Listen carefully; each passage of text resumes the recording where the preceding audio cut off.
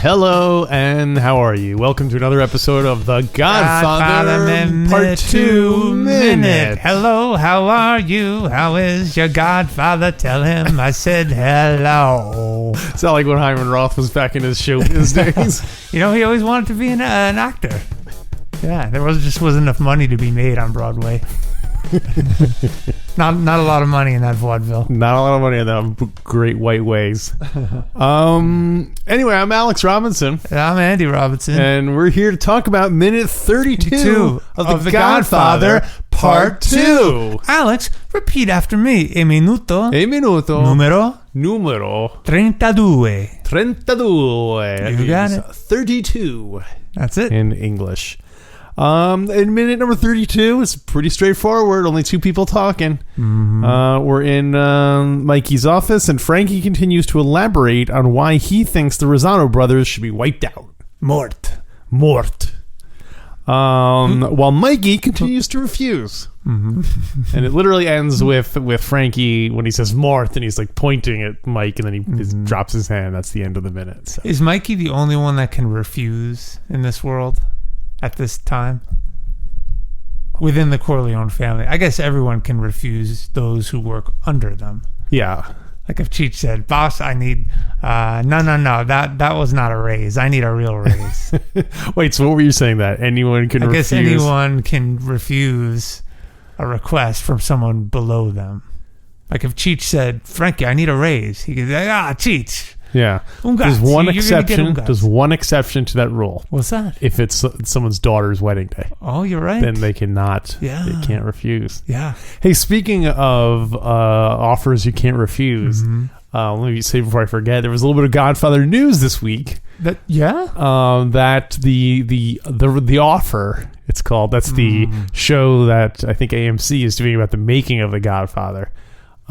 Production had to be shut down. Shut it down. Because one of the actors tested positive for COVID. So, oh, really? Yeah. Oh, I thought you were going to say woke up because someone had cut off his prize horse's head and put it in his studio trailer. No, we do things differently. We don't do it the old-fashioned way anymore. It's a different world. We don't do it the old Mustache Pete way. It's much more...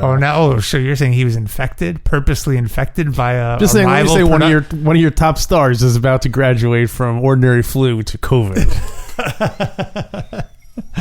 Does he say graduate? Does he say move from marijuana to heroin? Yeah, I don't think he says graduate. Graduates. Yeah. The son of it. I do like that though. Yeah.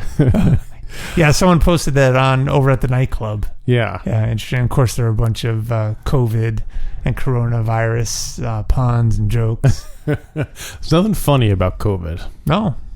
So let's take it with the conversation between Frankie. Yeah, got a lot to unpack here. So great minute. The minute kind of picks up from where we left off with him saying, I like you. You're a fun old man. What does he say? You're a good old man. You're a good old man. And then this minute starts saying, my father. You were always loyal to my father. Yeah. So here's something interesting. I looked up how old is actor. Oh my gosh, I can't believe I'm going to say this. How old is the actor? Al Pacino? No, the guy who plays Michael Robert Gazzo. Duvall. No, who plays that one I know. It's is it Michael Vazzo? That sounds right. Gazzo? That sounds Gazzo? Right. Anyway, he is. So I was. He's you've been always loyal to my father, and I was wondering, is he the same age? Do you think as Don Corleone? As Don Corleone. Don Corleone seems older. Yeah. Because he seemed much older a few years earlier at the time he died. But he was shot. Yeah. Well, the actor, Gazzo, is 1 year younger than Marlon Brando. Oh, okay. But of course, Marlon Brando was playing a character who was much older. Yeah. So I assume he's Michael. So Frankie Five Angels is significantly younger than Don Corleone. Yes. Not a whole generation, maybe half a generation. Yeah. Well, he's 17 years older than Mikey. Oh, okay. That's I looked up. Al Pacino right. was born in 1940, so he's 17 years older than. So he's young to be father, but like an uncle or something. Oh, like yeah. that. Okay, boomer. I guess like Clemenza 17 years. Yeah. Yeah. 17 years, and he's still older. That's bad news for you. So he was always loyal to his father. Yeah, he was always loyal to his father. That's why he likes him. Mm-hmm. But he's putting his foot down in this scene. Do you want to go line by line? This is a straight up dialogue between Mikey and Frankie Five Angels. Well, it's funny because Frankie's first 3 lines are just repeats of things Mikey says. Yeah. Because Mikey says, I don't want them touched. And he's like, you don't want them touched? And then he says, I want you to be fair with them. He says, you want me to be fair with them? And then that's when he says, you want me to be fair with them? And then he says, how can you be fair to animals? And and then he goes on his thing. Before he goes into that, there's a couple lines before that. Yeah. He says they're taking. He's defeated. He says they're taking hostages. Yeah. What does that mean? That's what I wrote. I'm not sure what it means. Yeah. They're taking hostages. That seems like it would. I don't know if that means Mikey just is this is just something that happens during the course of mob business, or whether he doesn't follow up. Say, what do you mean by taking hostages? Well, Mikey probably knows what he's talking about, right. but he doesn't literally mean they're taking hostages. Hey, they kidnapped Cheech for 48 hours one time. Yeah, they were playing pinochle with him, but they let him win. So it's okay. Yeah, that's really weird because it seems like he's about to reveal something like they're taking hostages. They took my wife, my family, but he doesn't really follow up on it. So it took what I thought he was going to follow it up with. They're taking hostages, Mikey. They have her in an undisclosed location. They haven't even asked for the ransom yet. The whole side story about his kidnapped family. Yeah, maybe that would be the plot of this one. Would be they're taking hostages. And then Frankie says, "They spit right in my face, all because they're backed up by that Jew in Miami." Mm-hmm. I had a question about that. Yeah, it had to do with who's the real Andy Robinson. Who is the real Andy Robinson?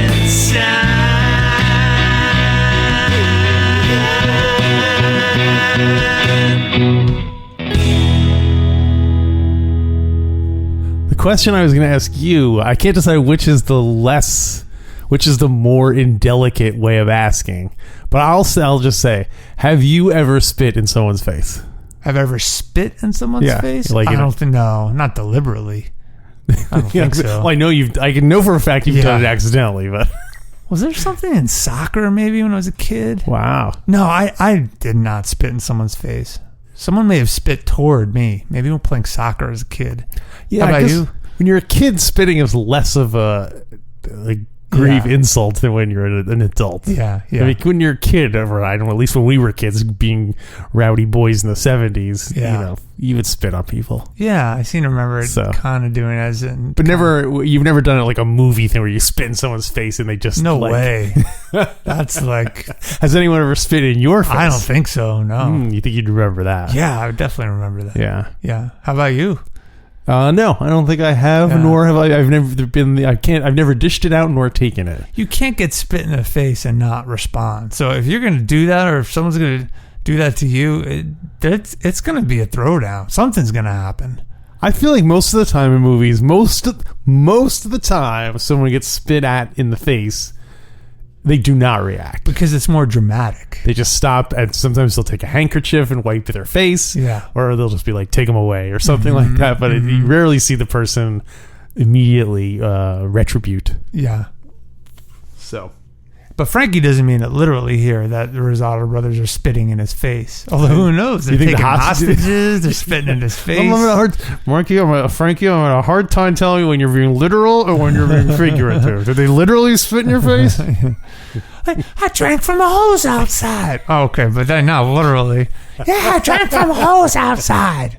I was eating Ritz crackers and canapes. Oh, you don't mean literally, because we weren't serving that, Frankie. He's like, no, that time I didn't mean literally.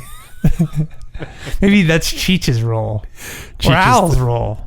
No, it's Cheech's role to clarify whether he's being literal or not. Oh, okay. Like basically anytime Frankie says something, you're supposed to look over at Cheech, and if Cheech like raises his hand, then you know Frankie was just being figurative. Oh no, I think Cheech has to clarify it. I'll read the line and you be Cheech. So I'm Frankie Five Angels. Okay, I'll be Cheech. All right. The Rosato Brothers, they're taking hostages. Yeah, a lot of hostages. So was that, what do you mean? Was that really hostages? Cheech? Wait, am I Cheech? Wait, you're You're Cheech. Okay, I'm Cheech. You're supposed to clarify whether it's literally hostages or not. Because Mikey doesn't understand. But I feel like in your scenario, you're wanting me to just openly contradict Frankie Five Angels. Like, no. That was no hostages. That undermines Frankie's authority if I'm constantly. He doesn't mean that. You got to do it.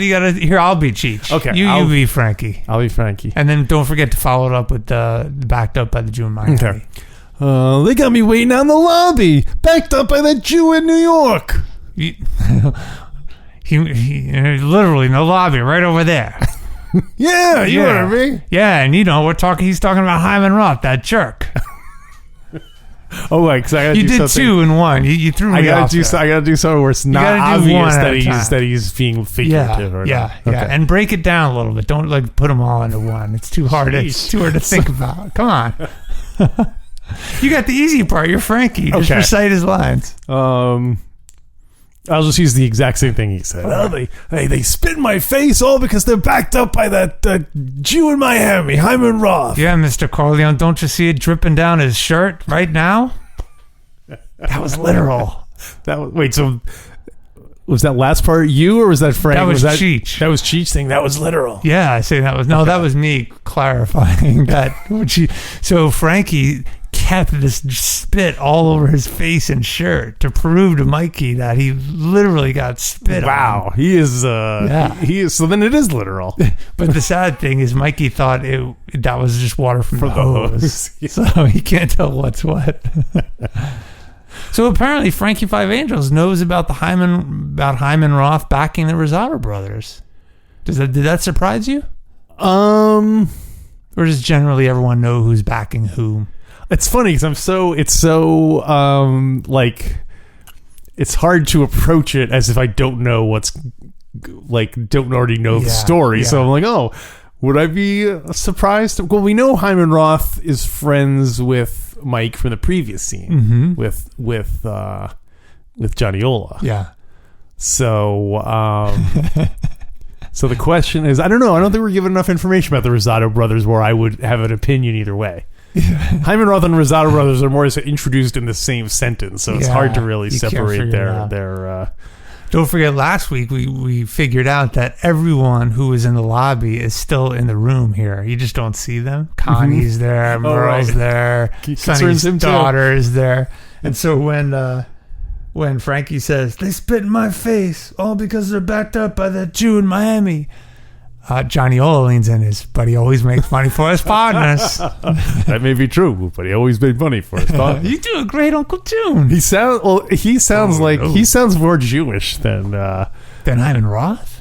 Yeah, I mean, just because he's hanging around with Hyman Roth. To me, he has that kind of like Jackie Mason sort of speech pattern. Not as extreme, but it has that kind of rhythm to it. Do you think that's who Frankie is referring to in this scene? Johnny Ola? Because he sounds so Jewish?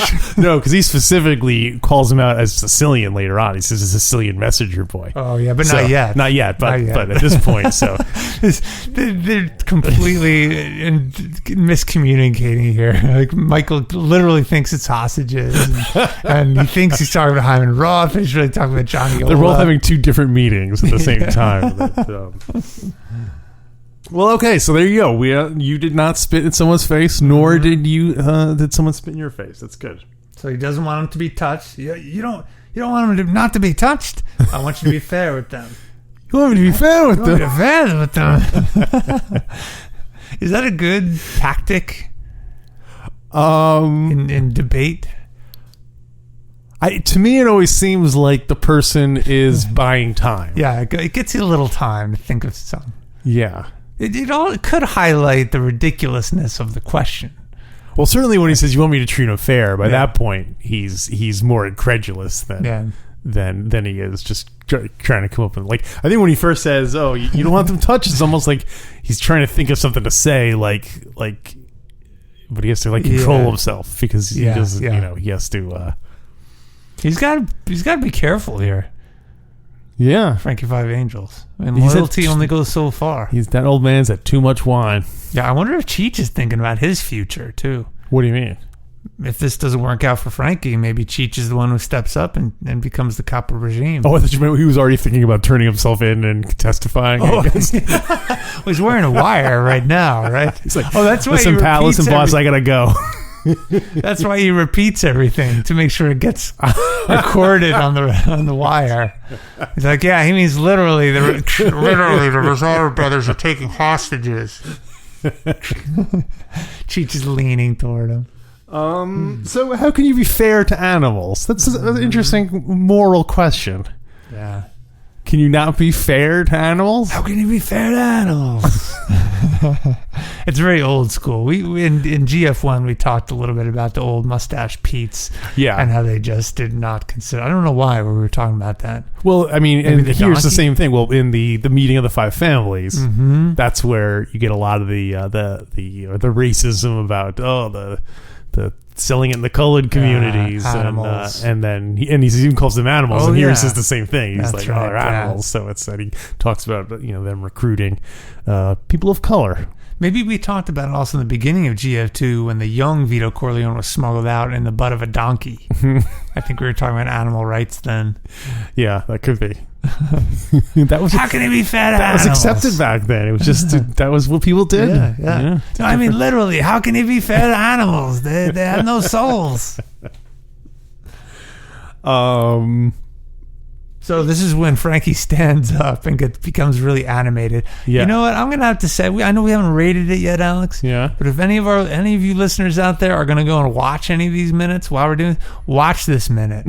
It's a great minute. Frankie stands up. He gets very, a lot of bravado. A lot of animation. Did you notice when he stands up, Cheech immediately stands up? Because he assumes they're leaving or no, something. I think he wanted the recording device to be closer because Frankie walks to the other side of the room. So he walks near him.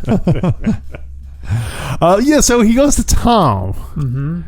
I guess because Tom is from the olden days and he's the consigliere. Yeah, and but it reminded me of the scene in GF1 where Fredo's like, Tom, you can talk to the Don, make sure he knows what's going on, and he's like, listen, I'm only in certain areas of the family business, and so on. So I was almost expecting him to say that here. Yeah. But there's another scene in Godfather 1 where Tessio and Clemenza are talking. The Don is semi-retired, right? And they're talking to Don Corleone in the office with Michael there, and they're like, Don Corleone, like, I have no place to hang my hat. And they're like, you trust my judgment? Well, then go talk to Michael. Yeah. So he corrects them to direct them to Michael. Right. Mikey must be so sick of this. It's like, how long do I got to be the Don before people stop trying to go around and sidestep me? He knows that those are big shoes to fill. Yeah. So, I mean, in a way, he should be grateful for it because probably that loyalty to his father is probably what's keeping a lot of people around. Like, if he was just a brand new startup mob boss, no one would give him. They wouldn't give him time of day. No way. Forget about it. Yeah. So I guess he just sees that as the price of. Yeah. The price of it. Well, he learned a lot from his father. So Tom, listen. They recruit. I can't even say these words. This is the bad word for Latin America. Is that the right? What's the current term? Latinos, and also the N word. They recruit them, and they recruit them. There's only two profanity words that are reduced to the letter word. There's the F word and the N word. Yeah. And he uses the N word. Well, I think even here he kind of swallows it a bit. Does he? To me, it doesn't. He's not saying it as boldly. It's. So anyway, I'm not saying he should, but I'm just saying. Sure. So couldn't do this scene these days. No, definitely not. Even as a period piece, you could. Yeah, I don't think. This reminds me. It's funny how much ring theory is happening here because this really is a callback to probably 2 hours earlier when Michael was in the office and experiencing the racist attitudes of Senator Geary. Oh, and look now at that. Michael is experiencing that from Wow. Frankie Five Angels about another ethnic group. So do you think Mikey's like, wow, I literally learned a lesson today about racism? What makes me wonder what are Michael's thoughts about race?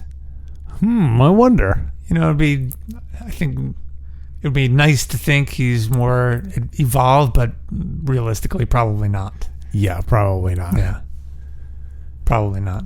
I mean, look, especially, this is the 1950s, and he's already like an adult. Yeah. So you never know, but it seems unlikely. He seems like he'd be a racist. Yeah, probably. Yeah.